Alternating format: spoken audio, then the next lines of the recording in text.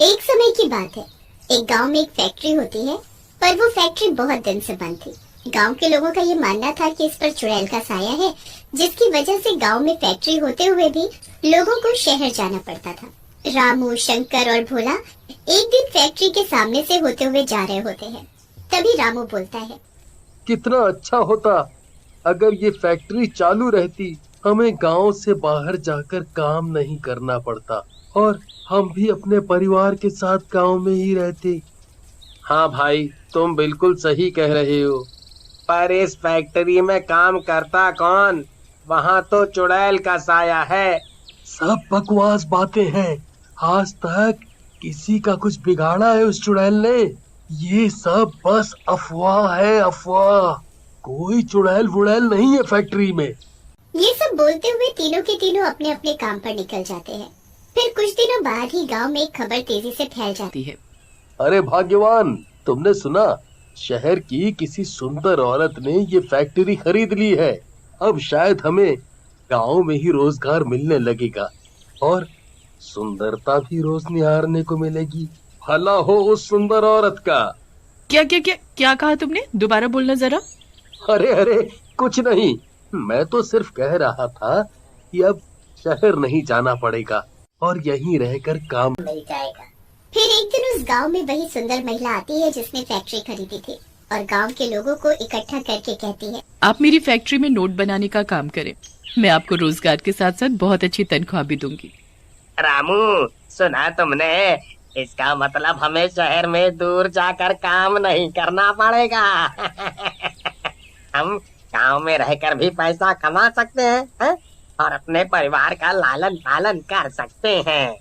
हाँ भाई, तुम बिल्कुल सही कह रहे हो। मैं तो हमेशा से चाहता था कि हम अपने ही गांव में काम कर सकें। मैं तो इस फैक्ट्री में जरूर जाऊंगा। लेकिन सारे गांव वाले इस बात से भयभीत भी होते हैं कि उस फैक्ट्री पर किसी चुड़ैल का साया है। उस औरत के समझाने के बाद कुछ लोग उसकी बात मान लेते हैं। पैसों के लालच तथा गांव में रोजगारी को लेकर प्रसन्न होते हैं और वो उस औरत के पीछे जाने लगते हैं। कोई चुड़ैल का साया नहीं है। ये सब फैक्ट्री बंद कराने की साजिश की गई थी। आप लोग मेरी बात मानो, वहाँ कोई चुड़ैल नहीं है। मैं भी तो वहाँ रहती हूँ। मुझे तो आज तक कोई चुड़ैल दिखाई नहीं दी। आप लोग मेरे साथ चलिए, इससे अच्छा आपको मौका कभी नहीं मिलेगा। गांव के लोग लालचवश प्रधान की बात नहीं मानते और फैक्ट्री में चले जाते हैं और नोट छापना शुरू कर देते हैं। पर किसी को इस बात का आभास तक नहीं होता कि वो जो नोट छाप रहे हैं वो नकली है। फिर एक दिन, क्या बात है, आजकल शंकर नहीं दिखाई देता? क्या तुम लोगों में से किसी ने उसको देखा है? क्या पता कहाँ है शंकर आजकल। मुझे तो लगता है वो इतना बड़ा आलसी और मनचला है, काम से बचने के लिए घूमते घूमते जंगल की तरफ चला गया होगा और किसी जानवर का शिकार बन गया होगा। लेकिन जब ये बात गांव के प्रधान को पता चलती है तो वो घबरा जाता है और लोगों को फिर से एक बार चेतावनी देता है। तभी सुंदर औरत वहाँ आ जाती है। ये प्रधान आप लोगों से जलता है क्योंकि आप गांव में रहकर भी पैसे कमा सकते हैं और इसको शहर जाना पड़ता है। ये नहीं चाहता कि आप लोगों का भला हो। मैं आप लोगों को विश्वास दिलाती हूँ, वहाँ पर कुछ नहीं है और मैं आप लोगों की तनख्वाह बढ़ाने का भी वादा करती हूँ। तनख्वाह बढ़ाने की बात सुनकर एक बार फिर गांव वाले प्रधान की बात को अनसुना करके वहाँ से चले जाते हैं। लेकिन ऐसे ही एक एक व्यक्ति गांव से गायब होने लगते हैं। लेकिन एक दिन रामू को ये बात पता चलती है कि वो लोग जो नोट छाप रहे हैं वो नकली है। वो बौखला जाता है और अन्य गांव वालों को जाकर बताता है, भाइयों, यहाँ हम लोगों के साथ बहुत गलत हो रहा है। हमसे नकली नोट छपवाए जा रहे हैं। पर वो हमारे साथ ऐसा क्यों कर रही है? नकली नोट छापना तो एक गुनाह है, हमें उससे बात करनी पड़ेगी। इतना बोलकर गांव वाले सुंदर औरत के पास चले जाते हैं। मलकिन, ये सब क्या चल रहा है? क्या ये सच है कि आप हमसे नकली नोट छपवाती हैं? सुंदर औरत अपने असली रूप यानी चुड़ैल के रूप में आ जाती है। हाँ, मैं तुम लोगों से नकली नोट छपवाती हूँ। मुझे बहुत मजा आता है ऐसा करके। चुप हो जाओ सारे, मेरे अलावा मैं किसी की भी नहीं सुनती। तुम लोग यहीं रहकर काम करोगे। वैसे तो मैं बहुत कुछ कर सकती हूँ। पर मुझसे पहले पुलिस तुम्हारा बिगाड़ेगी जब उसको पता लगेगा कि तुम लोग नकली नोट छापने का काम करते हो।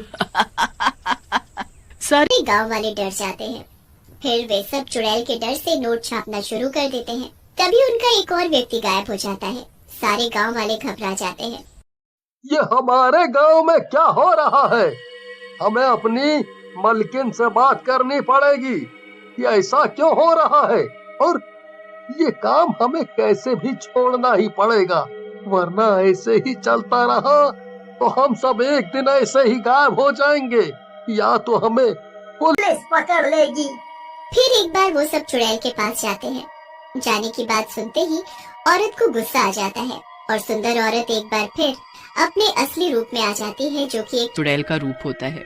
तुम्हें क्या लगा था मैं कोई आम चुड़ैल हूँ?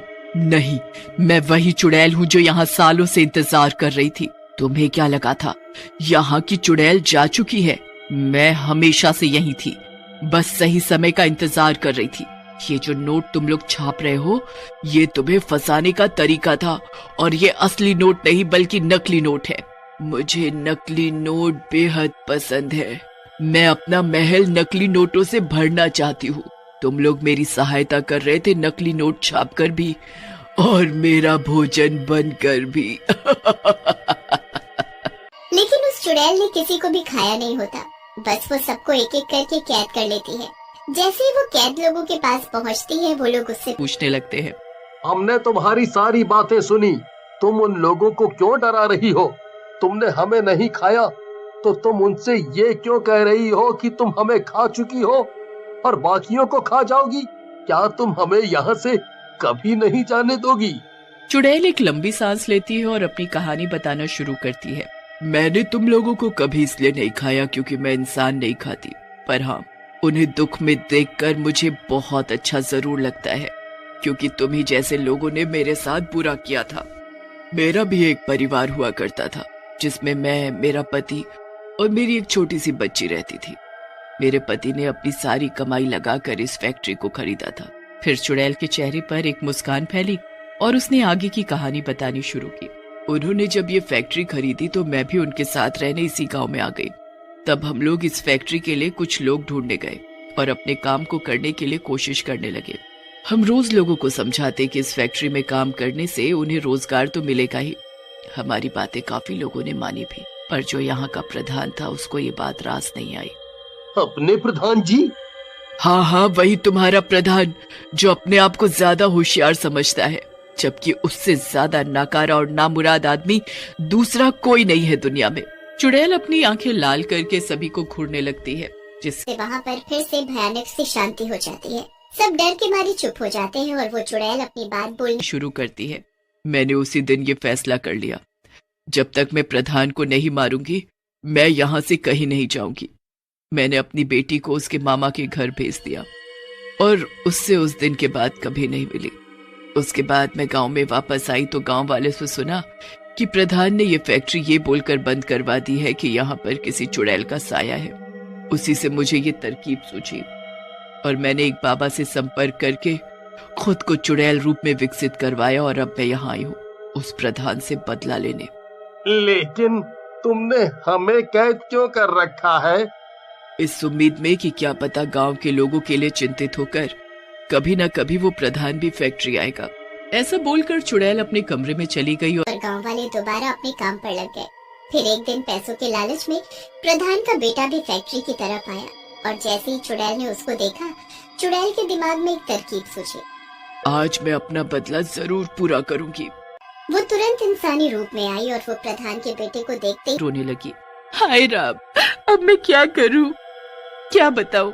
मेरी इतनी बड़ी फैक्ट्री है लेकिन इसको चलाने वाला कोई नहीं और मुझे मेरे शहर जाना है। समझ नहीं आ रहा है क्या करूं। तो तुम जाओ, मेरे पापा यहाँ के प्रधान हैं। वो तुम्हारी फैक्ट्री की देखभाल बहुत अच्छे से कर लेंगे। लेकिन वो तो मुझे जरा भी पसंद नहीं करते, तो वो मेरी फैक्ट्री का ध्यान क्यों रखेंगे? औरत अचानक फिर से अपने असली रूप में आ जाती है और जोर जोर से हंसने लगती है। आ गया ना तू भी मेरे झांसे में। और बोलती है, आज मैं तुझे भी खा जाऊंगी। जब देर रात तक प्रधान का बेटा घर नहीं पहुंचता तो प्रधान परेशान होकर गांव में उसको ढूंढने निकल गया। सब जगह ढूंढने के बाद आखिर में वो फैक्ट्री ही रह गई। मजबूरी में आकर प्रधान फैक्ट्री की तरफ अकेला ही चल देता है। चुड़ैल अचानक से प्रकट होती है और बोलती है, आखिरकार तू आ ही गया प्रधान।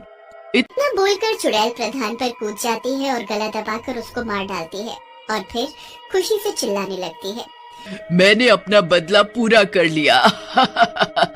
आज मैं मुक्त हो गई। फिर वो सारे गांव वालों को भी मुक्त कर देती है।